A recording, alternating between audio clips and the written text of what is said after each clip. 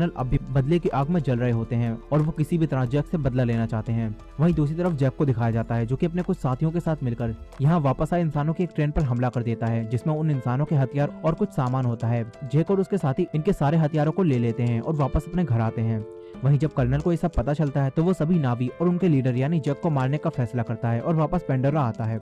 यहाँ कर्नल की कमांडर उसे बताती है कि जैक अपने साथियों के साथ मिलकर लगातार उन पर हमले किए जा रहा है। फिर वो ऑफिसर कर्नल को बताती है कि जैक इस वक्त गुफाओं में छुपकर रह रहा है और जितनी भी बार हम उन पर हमले के लिए अपने जहाज भेजते हैं तो वो जहाज मुश्किल से 10 मिनट ही टिक पाते हैं और थोड़ी ही देर में वहाँ हवा में उड़ने वाले क्रिएचर्स आकर उन्हें तबाह कर देते हैं और इसलिए अब कर्नल को वहाँ जंगलों में भेजा जाता है। लेकिन यहीं जैक के बच्चे खेल रहे होते हैं और जब वो यहाँ इन सबको देखते हैं तो जैक का एक बेटा तुरंत अपने डैड को ये सब बता देता है और जैक इनसे कहता है कि बिना पकड़े तुरंत वहाँ से निकल जाओ। और जब ये सब यहाँ से जा रहे होते हैं तो तभी कर्नल और उनके साथी इन सभी को पकड़ लेते हैं। यहाँ कर्नल इन बच्चों की 5 उंगलियों को देखकर समझ जाता है कि ये सब जैक के बच्चे हैं। फिर कर्नल स्पाइडर को देखकर पहचान लेता है कि ये तो उसका ही बेटा है।